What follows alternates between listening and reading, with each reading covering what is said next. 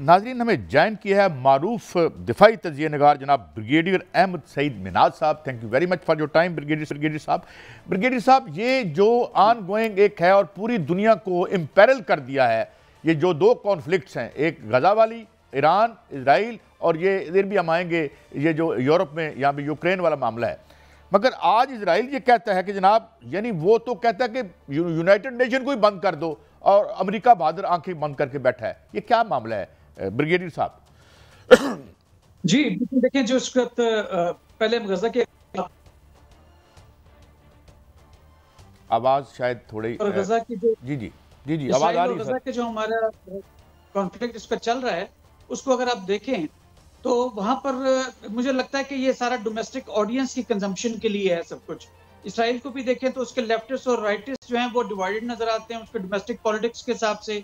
दिसंबर 2022 में नेतन्याहू की गवर्नमेंट आई थी और वहां पर भी खातिर ख्वाह जो है वो उस तरह से रिजल्ट्स नहीं मिले थे और नेतन्याहू ने जो है वॉर को ऑप्ट किया ताकि आप एक स्टेट को, एक यहूदियों को ज्वाइन कर सकें। और जो सेटलर्स हैं जो इसराइल की तरफ देखते हैं, नेतन्याहू की तरफ देखते हैं, तो उनकी एक सेटिस्फेक्शन के लिए उसने हमास पे अटैक किया जो कि अब प्रोटेक्टेड वॉर की सूरत अख्तियार कर गया। अगर आप ईरान को देखें तो ईरान को एक ऐसी तौर पे देखा जाता है कि जहां पर जो है वो इसराइल के लिए एक लाइव थ्रेट है, क्योंकि इसराइल और ईरान के मुतालिक कहा जाता है कि शायद उनके पास न्यूक्लियर वेपन्स हैं और न्यूक्लियर वेपन्स होने के नाते वो खातिर ख्वाह जो है वो एक दूसरे को थ्रेट करते हैं। तो एक एम्बिगुअस किस्म की थ्रेट जो वहां पे लाइव रखी हुई है ग्रेट पावर्स ने।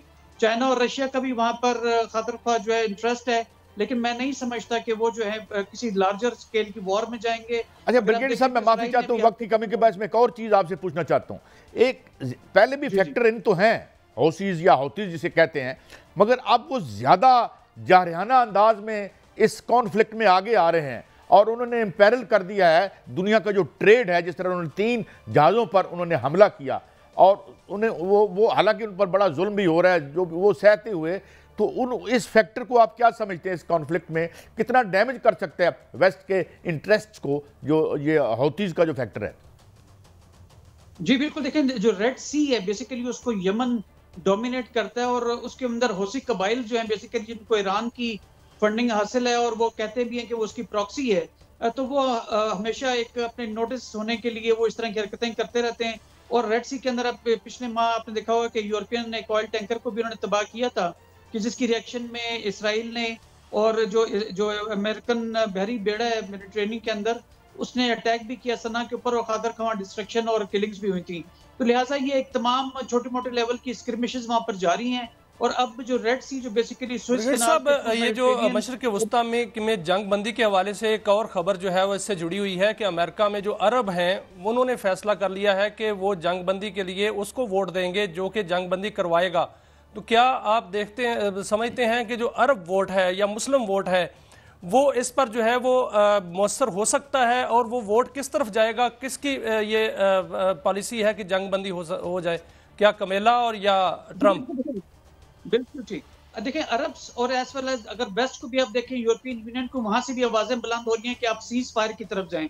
लेकिन नेतन्याहू बेसिकली चूंकि अल्ट्रा नेशनलिस्ट है और इसराइल हमेशा जो एक्सपेंड किया, जो एग्जिस्ट किया वॉर के अंदर किया है, तो वॉर बेसिकली उसको इसराइल को एक्सपेंड करने के लिए भी इस्तेमाल कर रहा है नेतन्याहू, और साथ साथ अपनी जो एक इसराइली मोनोपोली है उसको भी बरकरार रखने के लिए, क्योंकि अगर स्टेट को ज्वाइन करना है, यहूदियों को ज्वाइन करना, तो उसके लिए जंग सबसे बेहतर ऑप्शन है। अमेरिकन भी जो अच्छा ब्रिगेडियर साहब, मैं एक और बात पूछूंगा। आप एक दुनिया की यानी एक हम भी बड़ी यानी फौज है, बड़ी वॉर हार्डन आर्मी का से आपका ताल्लुक है। मैं आपसे ये सवाल पूछ रहा हूँ कि जो लोग बहुत भिगोड़े हो रहे हैं, खुद भाग रहे हैं, कुछ लोग तो हमने, आपको याद होगा, आपने वो बहुत खौफनाक तस्वीर देखी होगी कि एक अमेरिकन फौजी जिसने अपने आप को गालबन इनकी एम्बेसी के सामने खुद को आग लगा ली थी।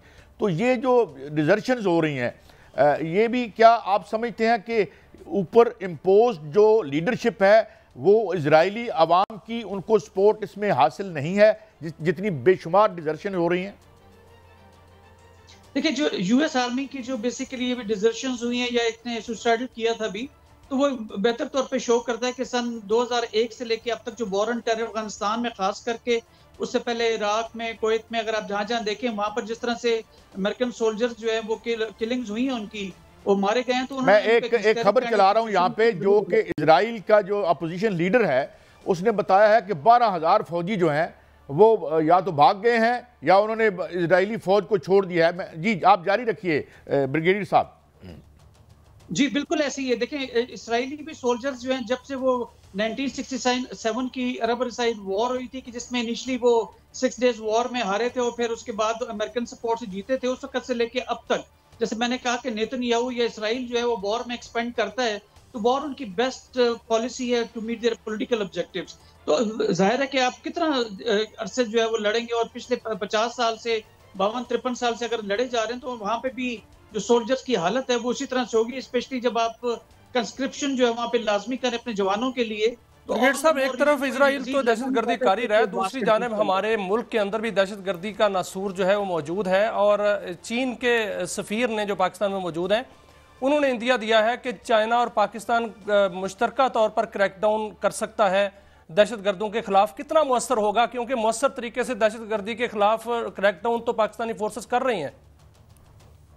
जी, जहां तक चाइनीज आर्मी का ताल्लुक है कि वो पाकिस्तान में ऑपरेट करे, मैं नहीं समझता कि इस तरह की कोई पॉलिसी है। हाँ, ये जरूर है कि जहां पर सी पैक के रिलेटेड कोई इंटरेस्ट होगा, स्पेशली गवादर के अंदर या उनके स्पेशल इकोनॉमिक जोन्स के अंदर, तो शायद वो ज्वाइंट ऑपरेशंस पाकिस्तान आर्मी के साथ मिलकर करें, लेकिन फिजिकल मेरा नहीं ख्याल है वो फिर भी करेंगे। हाँ, ये जरूर है कि इंटेलिजेंस शेयरिंग की बेस के ऊपर जरूर ऑपरेशंस को स्ट्रेंथन किया जा सकता है।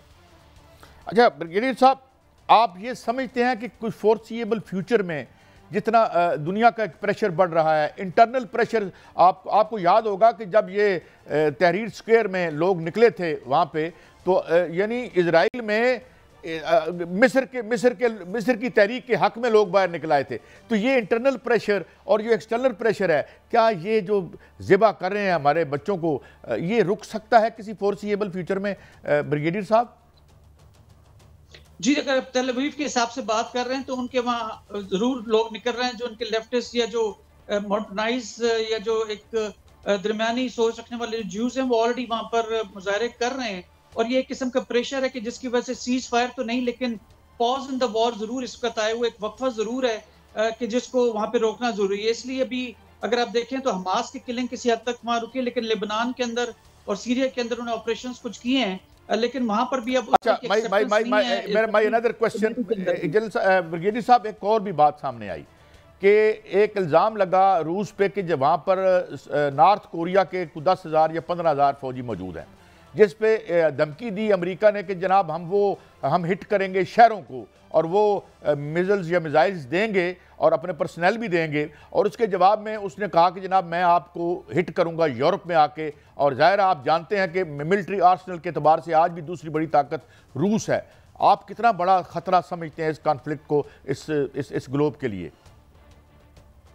देखिए, जब ये यूक्रेन की वॉर शुरू हुई थी तो ये एक्सपेक्टेड था कि नेटो और रशिया शायद आपस में आमने सामने बैठेंगे, और यूक्रेनियन लीडरशिप इस बात को समझ रही थी कि नेटो हमारे साथ खड़ी होगी। लेकिन जो न्यूक्लियर डिटरेंस है बेसिकली, उसने जो ग्रेट पावर्स हैं, यूएस स्पेशली, और फिर जो दूसरे यूके या फ्रांस, इनके पास न्यूक्लियर वेपन्स है, और रशिया के पास, तो न्यूक्लियर डिटरेंस ने वॉर को प्रोटेक्टेड रखा है। जो कन्वेंशन लेवल के ऊपर है, ये मेरा नहीं ख्याल के उस लेवल के ऊपर जाएगी, क्योंकि फिर उसके बाद अल्टीमेट जो म्यूचुअल एश्योर्ड डिस्ट्रक्शन जो न्यूक्लियर से एसोसिएटेड है, वो दुनिया में किसी सूरत भी काबिल कबूल नहीं है। Specially Europeans are very scared of nuclear weapons की एक्सचेंज। अच्छा ब्रिगेडियर साहब, एक और बड़ी अहम बात, कनाडा ने साफ इल्ज़ाम लगाया है कि जो अमित शाह है, वज़ीर दाखिला है गालिबन वहाँ के, बल्कि यकीनन वो खुद हमारे मुल्क में दहशतगर्दी कर रहे हैं।